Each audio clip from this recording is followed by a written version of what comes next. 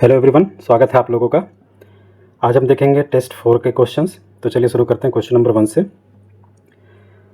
छत्तीसगढ़ में सन 1900 के पूर्व सिंचाई के क्षेत्र में क्या स्थिति थी? तो इसका सही उत्तर हो जाएगा ऑप्शन नंबर बी, कोई प्रगति नहीं थी, क्योंकि 1896 से 1899 के बीच जब अकाल पड़ा उसके बाद से सिंचाई पर ध्यान देना शुरू हुआ। ठीक है, आगे बढ़ते हैं, देखते हैं। भारतीय सिंचाई आयोग ने सिंचाई के विकास हेतु प्रतिवेदन किस वर्ष प्रस्तुत किया? इसका सही उत्तर हो जाएगा ऑप्शन नंबर सी, 1901 में। इस सिंचाई आयोग के अध्यक्ष थे कालिन गार्टन स्टॉक। कालिन गार्टन स्टॉक की अध्यक्षता में इस सिंचाई आयोग का गठन किया गया और इसका प्रतिवेदन 1901 में दिया। आगे बढ़ते हैं, देखते हैं क्वेश्चन नंबर 3। निम्नलिखित में कौन से बांध एवं उनके निर्माण प्रारंभ पूर्ण होने का वर्ष सही सुमेलित है? पहला खपरी टैंक, बिल्कुल सही है। तांदुला नहर 1910, बिल्कुल सही है। खारंग टैंक 1931, बिल्कुल सही है। इसका सही उत्तर हो जाएगा ऑप्शन नंबर डी, तीनों सही है। खपरा टैंक का निर्माण 1902-1930 के मध्य हुआ था। बालोद जिले में तांदुला जलाशय का निर्माण हुआ 1910 में, और खारंग टैंक, जिसे खूटा बांध भी कहते हैं, उसका निर्माण हुआ था 1931 में। आगे बढ़ते हैं, देखते हैं। बिलासपुर में रतन देव द्वितीय द्वारा अकलतरा के पास किस तालाब का निर्माण कराया गया था? इसका सही उत्तर हो जाएगा वल्लभ सागर तालाब। इतिहास में भी आपको मिलेगा ये क्वेश्चन, है ना। Question number 5। केंद्रीय भूजल बोर्ड की रिपोर्ट के संदर्भ में कौन से कथन सत्य हैं? भूगर्भिक जल की मात्रा 12,180 मिलियन घन मीटर है, बिल्कुल सही है। कुल 146 विकासखंडों में से 119 विकासखंड सुरक्षित श्रेणी में है, बिल्कुल सही है। पूर्णतः संकटपूर्ण श्रेणी में 5 विकासखंड हैं, ये भी सही है। तो इसका सही उत्तर हो जाएगा option number D. Question number 6 देखते हैं।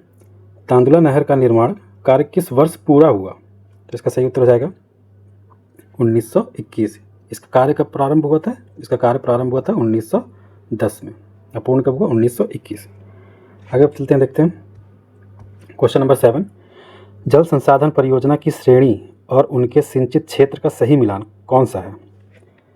तो इसमें देखते हैं परियोजना दी। बड़ी परियोजना कितनी होती है? 10,000 हेक्टेयर से अधिक, बिल्कुल सही है। मध्य परियोजना 2,000 से 10,000 हेक्टेयर, बिल्कुल सही है। छोटी परियोजना 2,000 से कम, ठीक है।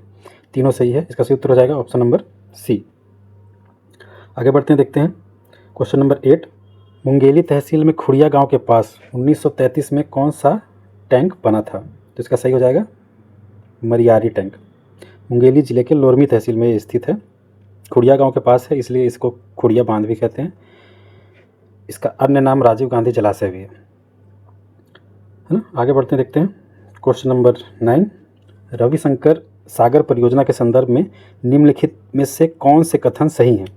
यह महानदी पर गंगरेल गांव के पास निर्मित है, बिल्कुल सही है, इसलिए इसको गंगरेल बांध भी कहते हैं।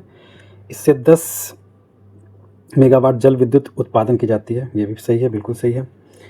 इससे भिलाई इस्पात संयंत्र एवं रायपुर शहर को जल पूर्ति होती है, बिल्कुल सही है। इसका सही उत्तर हो जाएगा ऑप्शन नंबर डी, 1, 2, 3 तीनों सही। आगे बढ़ते हैं, देखते हैं। केदार नाला सिंचाई परियोजना किस पंचवर्षीय योजना में प्रारंभ की गई थी? तो इसका सही उत्तर हो जाएगा द्वितीय पंचवर्षीय योजना। केदार नाला सिंचाई परियोजना जो है रायगढ़ में स्थित है। देखते हैं क्वेश्चन नंबर 11। बोध घाट परियोजना के संबंध में क्या सत्य है? यह परियोजना बस्तर जिले के इंद्रावती नदी पर प्रस्तावित है, बिल्कुल सही। यह बारसूर नामक स्थान पर बिजली पैदा करने के उद्देश्य से प्रस्तावित है, बिल्कुल सही।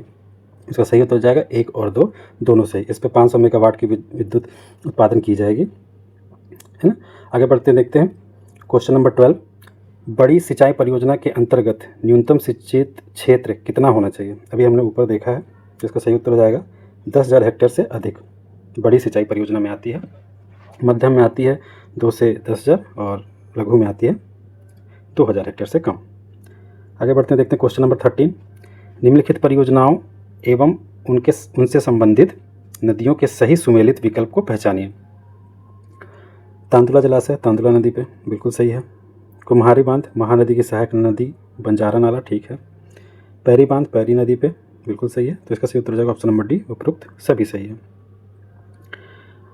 आगे देखते हैं। Question number 14। कोडार परियोजना किस नदी की सहायक नदी पर स्थित है? तो कोडार परियोजना महानदी की सहायक नदी कोडार नाला नदी पे स्थित है। इसका अन्य नाम है शहीद वीर नारायण सिंह जलाशय, जो कि महासमुंद में स्थित है। ठीक, आगे बढ़ते हैं, देखते हैं क्वेश्चन नंबर 15। हसदेव बांगो परियोजना के संदर्भ में कौन से कथन सत्य हैं? बांध की ऊंचाई 87 मीटर है, जो 3 चरणों में बना है, बिल्कुल सही है। इस परियोजना से एनटीपीसी, एसईसीएल और कोरबा नगर निगम को जल आपूर्ति होती है, बिल्कुल सही है। इससे केवल 10,000 हेक्टेयर भूमि में सिंचाई होती है, बिल्कुल गलत है। इसका सही उत्तर हो जाएगा ऑप्शन नंबर बी, केवल 1 और 2। आगे बढ़ते हैं, देखते हैं क्वेश्चन नंबर 16। छत्तीसगढ़ का सबसे लंबा बांध कौन सा है? तो छत्तीसगढ़ का सबसे लंबा बांध है रविशंकर सागर परियोजना। तो इसका सही उत्तर हो जाएगा ऑप्शन नंबर सी। ये धमतरी में स्थित है, इसको गंगरेल बांध भी बोलते हैं। इसकी कुल लंबाई 1830 मीटर है। आगे बढ़ते हैं, देखते हैं अरपा सिंचाई परियोजना के संदर्भ में दिए गए कथनों पर विचार कीजिए। यह कोटा तहसील भैंसा छार के समीप अरपा नदी पर निर्मित है, बिल्कुल सही है। इस क्षेत्र में 16% अनुसूचित जातियाँ और 24% अनुसूचित जनजातियाँ निवास करती हैं, बिल्कुल सही है। परियोजना पूर्ण होने पर कुल 263 गांव को लाभ होगा। ये एलन वर्मा की बुक से ये आंकड़े लिए गए हैं, उनके हिसाब से ये तीनों सही हैं, है ना। वर्तमान के आंकड़े अगर देखना होगा तो आप देख सकते हैं। आगे बढ़ते देखते हैं क्वेश्चन नंबर 18। दुधवा बांध का निर्माण किस वर्ष हुआ था? तो दुधवा बांध का निर्माण 1965 में हुआ था। इसका सही उत्तर हो जाएगा ऑप्शन नंबर बी। धमतरी जिले में स्थित है, महानदी के ऊपर। एक्चुअली ये दूध नदी के ऊपर है ना। एलन वर्मा की बुक में महानदी दिया है, कई बुक में दूध नदी दिया हुआ है, तो इसको देख लीजिएगा, आप लोग कन्फ्यूज़ मत होइएगा, ठीक है। आगे बढ़ते हैं, देखते हैं प्रश्न नंबर 19। घोंघा परियोजना के संदर्भ में निम्नलिखित में से कौन सा कथन सत्य है? तो पहला, ये बिलासपुर के निकट घोंघा नाला पर निर्मित है, बिल्कुल सही है। इससे लगभग 8000 हेक्टेयर भूमि पर सिंचाई की जाती है, बिल्कुल सही है। बांध की लंबाई 720 मीटर है तथा ऊंचाई 17.88 मीटर है, बिल्कुल सही है। इसका सही उत्तर हो जाएगा ऑप्शन नंबर सी। 1 तो 3 तीनों सही है। आगे बढ़ते हैं, देखते हैं क्वेश्चन नंबर 20। हसदेव बांगो परियोजना को अन्य किस नाम से जाना जाता है? तो इसे मिनी माता परियोजना के नाम से जाना जाता है। तो इसका सही उत्तर हो जाएगा ऑप्शन नंबर बी। मिनी माता कौन थी? तो पहली महिला सांसद थी छत्तीसगढ़ से, जिनका हादसे में निधन हो गया, है ना। आगे बढ़ते हैं, देखते हैं क्वेश्चन नंबर 21। निम्न सिंचित क्षेत्र 10% से 30% में कौन से जिले शामिल हैं?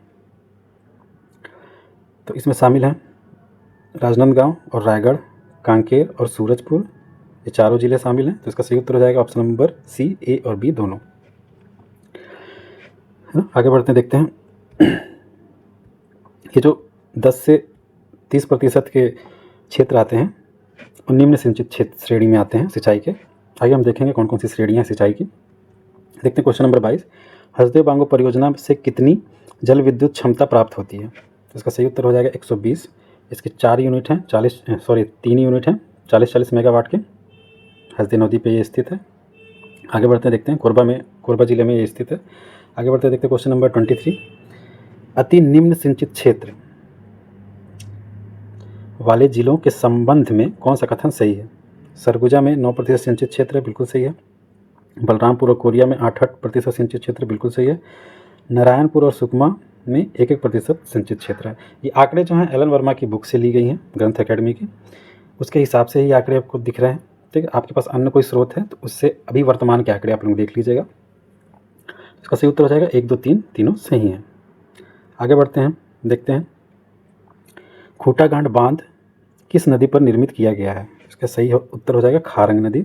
बिलासपुर जिले के रतनपुर में ये स्थित है खूटागांड बांध, है ना। इसका अन्य नाम है संजय गांधी जलाशय। आगे बढ़ते हैं, देखते हैं क्वेश्चन नंबर 25। दुधवा बांध के संबंध में निम्नलिखित कथनों में से कौन से विवरण सही हैं? यह धमतरी जिले के महानदी पर बना है, बिल्कुल सही है। बुक के हिसाब से दुधवा नदी भी हो सकता है अगर अन्य बुक के हिसाब से। यह सिहावा से 21 किलोमीटर दूर है, बिल्कुल सही। यह 1965 में निर्मित हुआ, बिल्कुल सही। इसका सही उत्तर हो जाएगा ऑप्शन नंबर डी। 1, 2, 3 तीनों सही है। आगे बढ़ते हैं, देखते हैं केलो परियोजना किस जिले में दनौट ग्राम के पास निर्मित किया जा रहा है? तो इसका सही उत्तर हो जाएगा सी, रायगढ़। यह एक वृहद सिंचाई परियोजना है ना। आगे बढ़ते देखते हैं जोंक परियोजना के बारे में क्या सही है? यह बलौदाबाजार जिले में महानदी की सहायक नदी जोंक नदी पर स्थित है, बिल्कुल सही है। इससे 4800 हेक्टेयर भूमि पर सिंचाई होती है, बिल्कुल सही है। तो इसका सही उत्तर हो जाएगा ऑप्शन नंबर 1 और 2, दोनों सही है। आगे बढ़ते हैं देखते हैं मरूमसिल्ली बांध धमतरी में किस नदी पर निर्मित है? तो इसका सही उत्तर हो जाएगा सिलारी। कई जगह कई बुक में आपको सिलियारी मिलेगा, ठीक है, तो इसको देख लीजिएगा। आगे बढ़ते हैं। ये अपने तरह का एक पहला साइफन बांध है भारत का और एशिया में पहला साइफन बांध है। आगे बढ़ते हैं देखते हैं छत्तीसगढ़ में जल स्रोतों के वर्गीकरण के संबंध में कथनों पर विचार कीजिए। प्रथम स्रोत सतही जल, जिसमें नदियाँ, नाले, तालाब और संचित जल शामिल हैं, बिल्कुल सही है। द्वितीय स्रोत आंतरिक जल हैं, जिसमें कुएं और नलकूप शामिल हैं, बिल्कुल सही है। तो प्रथम स्रोत और द्वितीय स्रोत आप लोग याद रखिएगा। इसका सही उत्तर हो जाएगा ऑप्शन नंबर सी, 1 और 2 दोनों सही हैं। आगे बढ़ते हैं देखते हैं अति निम्न सिंचित क्षेत्र के अंतर्गत सिंचित क्षेत्र का प्रतिशत कितना होता है? तो इसका सही उत्तर हो जाएगा ऑप्शन नंबर डी, 10% से कम जो क्षेत्र होता है उसे अति निम्न सिंचित क्षेत्र कहते हैं, ठीक है। ए मतलब 40% से जो अधिक होता है सिंचित क्षेत्र उसको अधिक सिंचित क्षेत्र बोलते हैं। 30 से 40 के बीच जो क्षेत्र सिंचित होते हैं उनको मध्यम सिंचित क्षेत्र बोलते हैं, और 10 से 30% के मध्य जो सिंचित क्षेत्र होते हैं उन्हें निम्न सिंचित क्षेत्र बोलते हैं, और 10% से कम जो क्षेत्र सिंचित होते हैं उसे अति निम्न सिंचित क्षेत्र बोलते हैं। आगे बढ़ते हैं देखते हैं क्वेश्चन नंबर 31। निम्नलिखित परियोजनाओं और उनसे संबंधित जिलों के सही सुमेलित युग्मों का चयन कीजिए। तो आइए देखते हैं किंकरी बांध कहाँ है? सारंगगढ़ में, बिल्कुल सही है। पैरी बांध गरियाबंद में, जिसको सिकासार बांध भी बोलते हैं, बिल्कुल सही है। सोंडूर जलाशय धमतरी में, खुड़िया बांध मुंगेली में। ये चारों सही है, तो इसका सही उत्तर हो जाएगा ऑप्शन नंबर सी, 1 2 3 4 सभी सही हैं। देखते हैं क्वेश्चन नंबर 32। केंद्रीय भूजल बोर्ड की रिपोर्ट के अनुसार प्रदेश के विभिन्न स्रोतों से सतही जल की कुल मात्रा कितनी है? तो इसका सही उत्तर हो जाएगा ऑप्शन नंबर बी, 48,296 मिलियन घन मीटर। आगे बढ़ते हैं देखते हैं क्वेश्चन नंबर 33। जल संरचनाओं एवं उनके निर्माण होने के वर्ष का सही सुमेलित विकल्प कौन सा है? तो इसको देखते हैं पेंड्रा बांध 1909 में, बिल्कुल सही है, रायपुर में स्थित है। तांदुला नहर 1921 में पूर्ण हुआ, इसका निर्माण शुरू हुआ था 1910 में। मरूमसिल्ली बांध 1923 धमतरी में स्थित है, तो इसका सही उत्तर हो जाएगा ऑप्शन नंबर डी, उपरोक्त सभी सही है। आगे बढ़ते हैं देखते हैं प्रदेश की कुल सृजित सिंचाई क्षमता कितनी दर्ज की गई है? तो इसका सही उत्तर हो जाएगा option number D, 21.90 lakh hectare. आगे बढ़ते हैं क्वेश्चन नंबर 35 देखते हैं प्रदेश में सिंचाई आंकड़ों के संबंध में सही कथनों का चयन कीजिए। राज्य निर्माण के पश्चात अतिरिक्त सिंचाई क्षमता में 8.62 लाख हेक्टेयर की वृद्धि हुई है, बिल्कुल सही है। प्रदेश का कुल सिंचाई प्रतिशत 38.40% है, बिल्कुल सही है। समस्त सिंचाई स्रोतों से 35% क्षेत्र में सिंचाई सुविधा उपलब्ध है, बिल्कुल सही है। यह आंकड़े जो हैं इस साल के आर्थिक सर्वेक्षण से ली गई हैं, तो वहाँ से आप देख सकते हैं। इसका सही उत्तर हो जाएगा ऑप्शन नंबर डी, तीनों सही है। आगे बढ़ते हैं देखते हैं क्वेश्चन नंबर 36। समस्त सिंचाई साधनों के अनुसार राज्य का शुद्ध सिंचित क्षेत्र कितना है? तो इसका सही उत्तर हो जाएगा 15.11 लाख हेक्टेयर। आगे बढ़ते देखते हैं निर्मित एवं निर्माणाधीन सिंचाई परियोजनाओं की संख्या के संबंध में क्या सत्य है? तो इसका देखते हैं। निर्मित वृहद परियोजनाएं 8 हैं, बिल्कुल सही है। निर्मित मध्य परियोजनाएं 38 हैं, बिल्कुल सही है। निर्मित लघु परियोजनाएं 2514, बिल्कुल सही। तो सही उत्तर हो जाएगा उपरोक्त सभी कथन सत्य हैं। आगे बढ़ते हैं देखते हैं प्रश्न नंबर 38। जिलेवार कुल सिंचित क्षेत्रफल के आधार पर सर्वाधिक क्षेत्रफल वाला जिला कौन सा है? इसका सही उत्तर हो जाएगा बेमेतरा। सर्वाधिक सिंचित क्षेत्रफल वाला जिला जो है बेमेतरा है। आगे बढ़ते हैं देखते हैं उपयोग किए जाने वाले सिंचाई संसाधनों का उनके उपयोग के अनुसार सही घटता क्रम कौन सा है? तो सबसे ज़्यादा उपयोग कौन सा होता है? नहरें और जलाशयों से होता है सिंचाई, फिर उसके बाद नलकूपों से सिंचाई सर्वाधिक होता है, फिर तालाब से, फिर कुओं से। तो इसका सही उत्तर हो जाएगा ऑप्शन नंबर ए। तो अगर देखें तो नहरें और जलाशयों से छत्तीसगढ़ में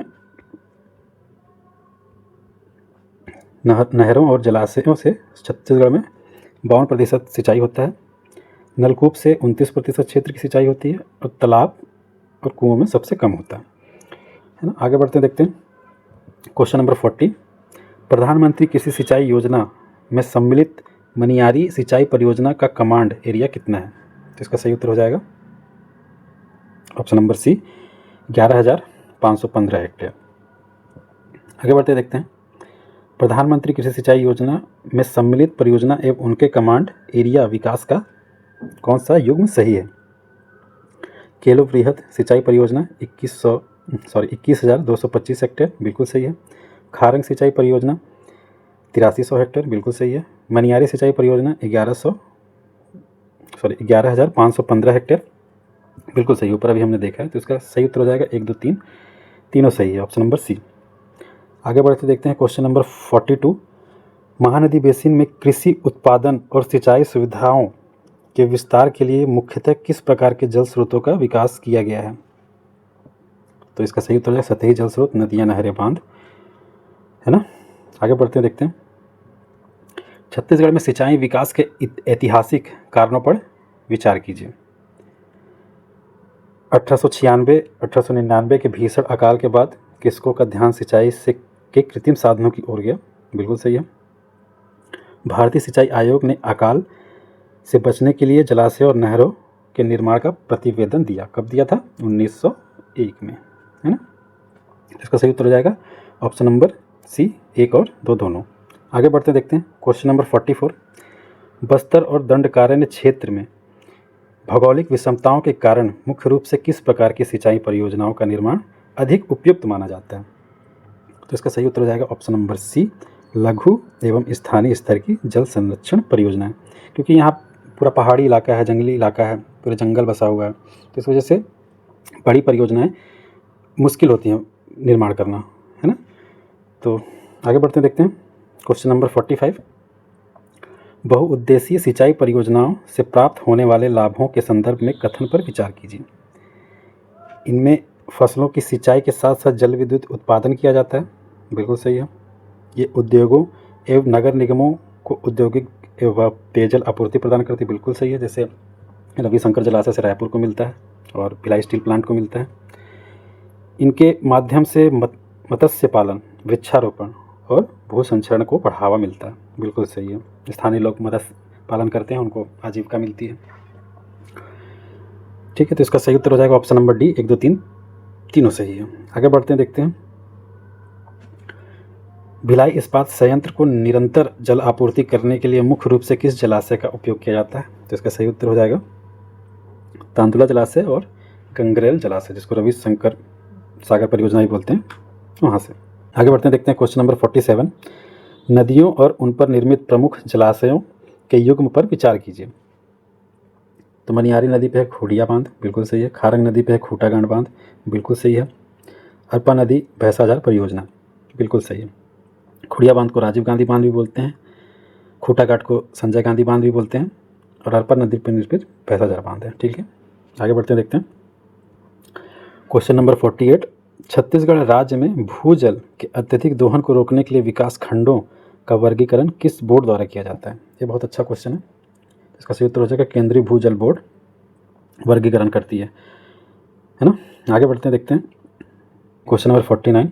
पर्वतीय तथा सघन वन वाले जिलों में सिंचाई सुविधाओं के सीमित विकास के क्या मुख्य भौगोलिक कारण हैं?